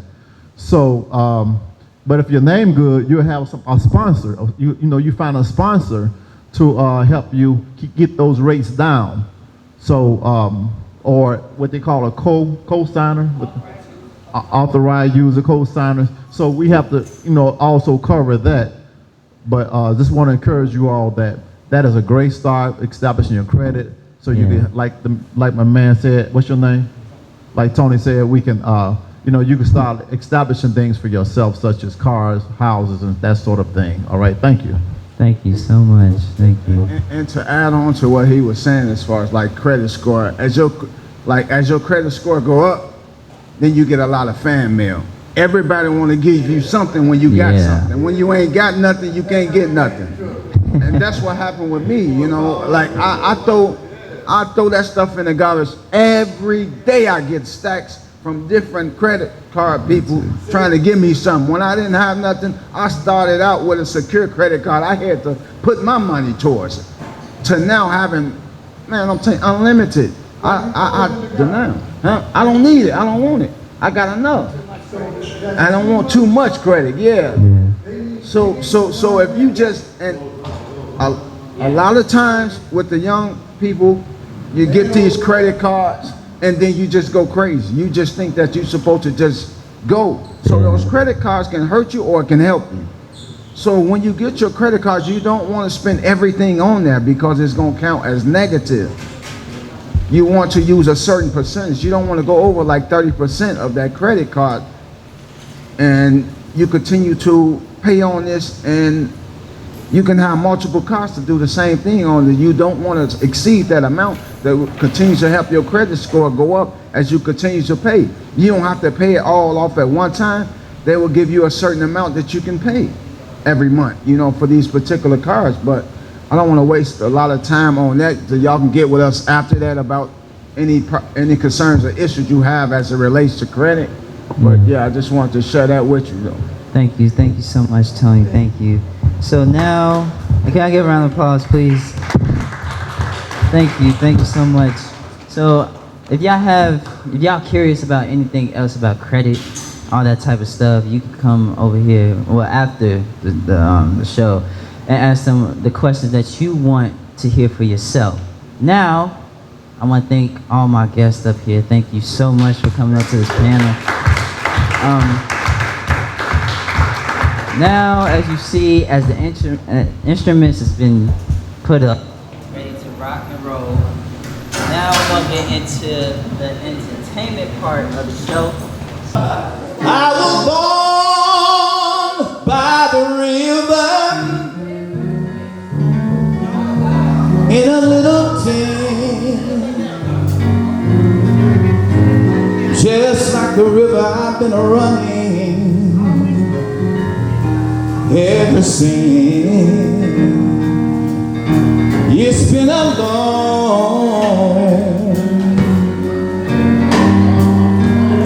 long time coming, but I know change gonna come. Oh, yes it will. It's been too hard living. I'm not afraid to die, 'cause now I know what's up there beyond the sky. It's been a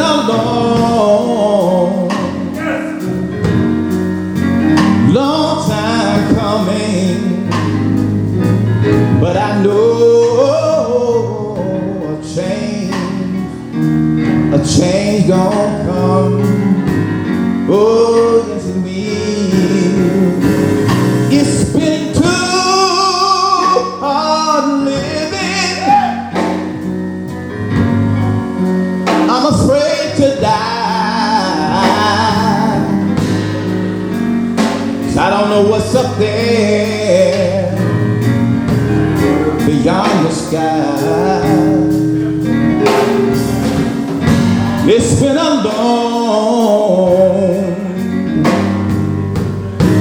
long time coming, but I know change gonna come. Oh, yes it will. Said I go to the movies and I go downtown.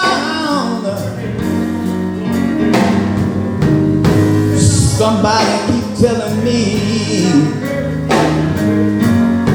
don't hang around. It's been a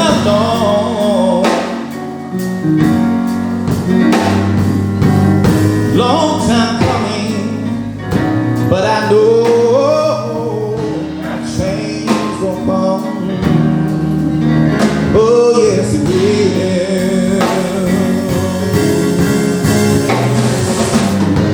Said I go to my brother, I say, brother, help me please.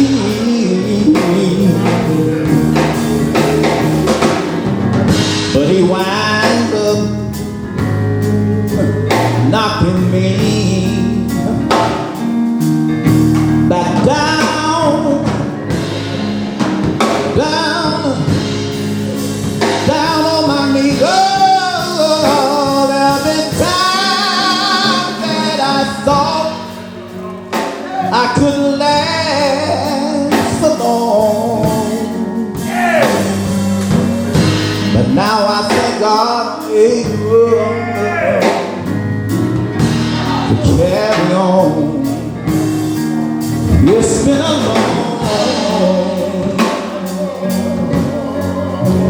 long time coming, but I know a change gonna come. I know a change gonna come. Woo. Change gonna come, yeah. I know one of these mornings a change is bound to come. It's been a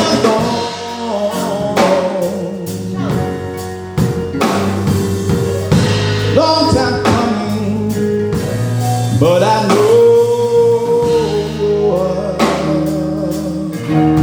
a change will come.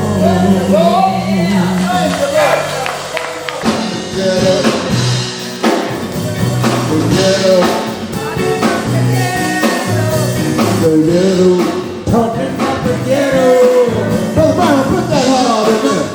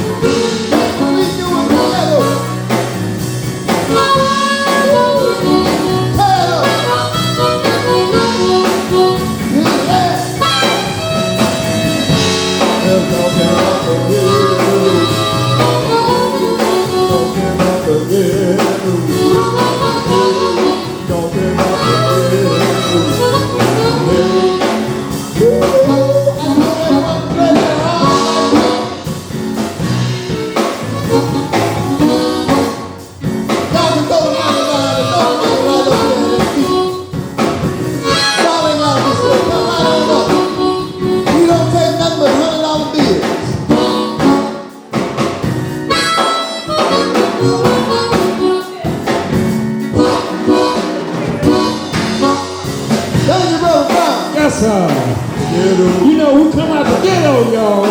You know what I'm saying? We don't die, we multiply. Y'all talking about the ghetto around here. You know what I'm saying? We look to the hills from which come our help, y'all. We know Eminem them down there. We know that all of them down there. But they better make sure we get our little taste of money around here. I don't care who running the schoolhouse. Long as they making sure everybody get their money around here. See, we need them dollars, y'all. Eminem, y'all go down there and get that money, bring that money around here. We need that money around here.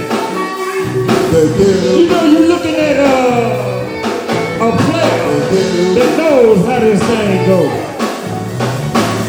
You got to understand that the world ran by the rich and the poor. So we send them down there to make sure we get our little taste of money. We got to have our money for these programs. We got to have our money for these schools. We got to have our money for these institutions that helping people get on drugs and alcohol. Yes, sir. Go down there and get that money and bring it back to the ghetto. See, we know y'all know how to get it. See, we know the race ain't given to the fast and never given to the swift. It's given to the one that endures. See, we black people have endured for a mighty long time. And we ain't got time to. You know, we got to keep on pressing on. Cause we're gonna come up. We're gonna rise like Clever Girl making power. You know, we always roll. You know, we're gonna keep rising. You know, one thing about it, you can't keep a good man down.